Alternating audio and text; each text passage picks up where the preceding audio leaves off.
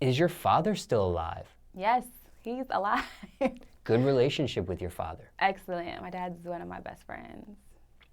Best friends. Okay, describe that relationship. Was it always a best friend level as you were growing up, or did it at some point as you got older become that best friend relationship?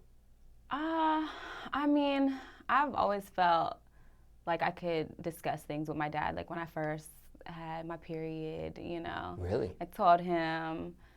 He knew about the guys that I liked, but I just never let him know too much because once he's in, and he ain't going nowhere. So it's like I let him know a little bit of a little bit, but we just have a really close relationship where I could just call him. We'll sit on the phone for an hour or so and not really be talking about anything, but talking about everything. So, and I think it's always been like that for as long as I can remember because I was raised by my dad, by himself, so I've only ever really had him. So it's always been like just us two. I mean, until my brothers and sisters came a little bit later, but we just always have that really special bond. I see.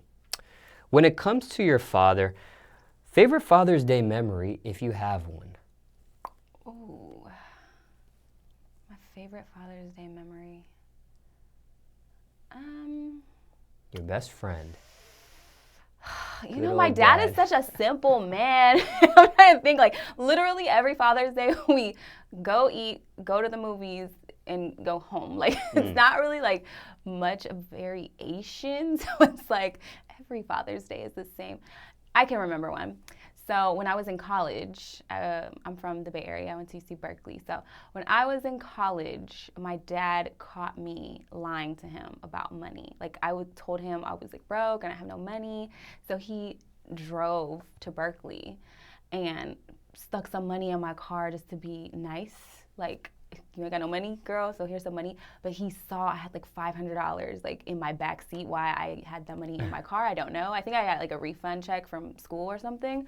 And so he was pissed. He's like, I'm not talking to you, don't call. Like, you lying to me about not having money? Like, what? And so we didn't talk for a month. And this was the month before Father's Day. This is where I'm getting to. So we didn't talk. And so Father's Day is really what brought us back together because I was like, oh my gosh, like, I can't let this continue on. This is going to be my first Father's Day. I don't talk to my dad. I know he's going to be crushed, So I drove all the way to where I was from, and he was surprised, and I showed up at the door, and we sat in the car for hours and just, like, talked about it. Like, why did I lie?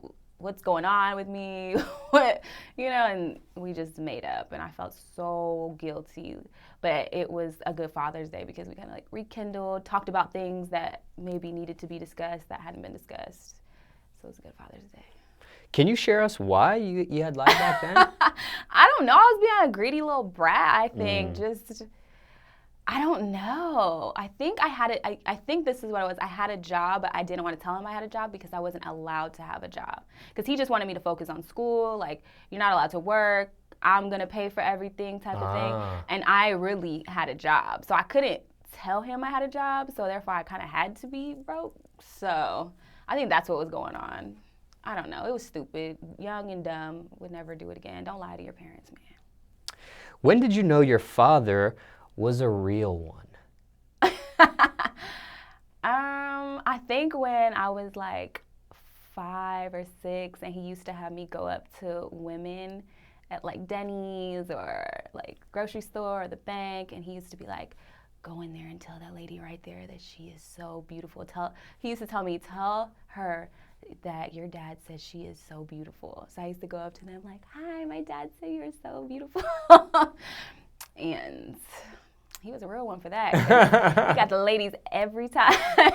You were fishing for him. I was fishing. It's kind of odd, but yeah. Now, what's one thing your dad did for you that you will never forget? Could be a variety of things, but what's one thing you can share with us today? I think it's kind of deep, but just the fact that I grew up with him as a single father and didn't have my mother around. So I think just being mom and dad, like playing both of those roles, is the best way he knew how to, letting me do my beauty pageants and stuff. And even when he had girlfriends, like he never let any of them act like my mom. Like they couldn't discipline me. They couldn't tell me nothing. He's like, you tell me and I'll tell her, you know? So I think just stepping up to the plate, being a great single father. What happened to your mom? I don't know what happened to her, man. She's just out there. She was never in your life, from what you recall? When in the beginning, you know, the first couple of years she was around, and she just gradually stopped coming to pick me up and missing her visits, and yeah, she just stopped coming altogether. So what would happen when Mother's Day came around?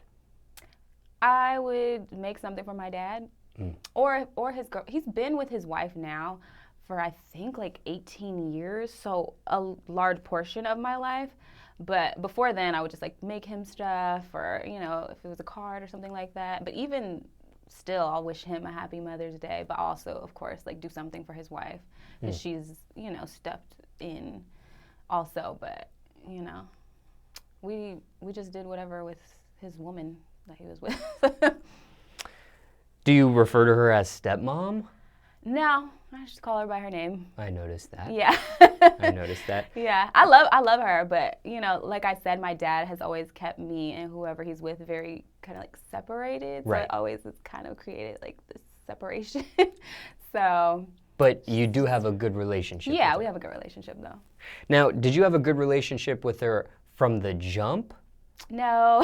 Okay, you didn't. No, my dad used to tell me like, her name's Maria, go in the kitchen and watch Maria cook, and I used to hate it. Like, she doesn't know how to cook, I don't want to watch her. Sitting there and talk to her, and I always used to resist it, but then we end up just sitting there talking and like being cool, but every single time he told me, I was like, no, I don't want to. And I'm like always like the type, like if we go to the movies, like I want to sit right in between y'all, like what y'all got going on. So yeah, not always. It kind of gradually got better over the years. I became more mature, moved out, like, out of their business.